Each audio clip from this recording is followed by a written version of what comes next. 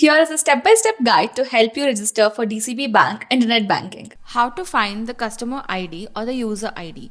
You can find the customer ID or the user ID in the Neo app. Click on the DCB account balance. Click on the profile icon in the top left corner of the screen. Take a note of your customer ID or the user ID. How to register for internet banking.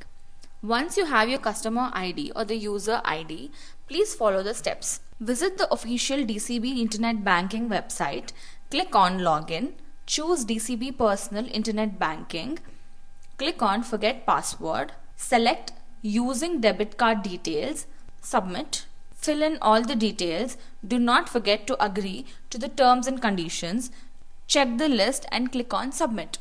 Click on Confirm, enter the OTP and submit. Provide the password as per the instructions provided on the page and submit. Please log in to the DCB Net Banking by providing the user ID or the customer ID and login password. After logging in, you might get an option to set or reset your transaction password.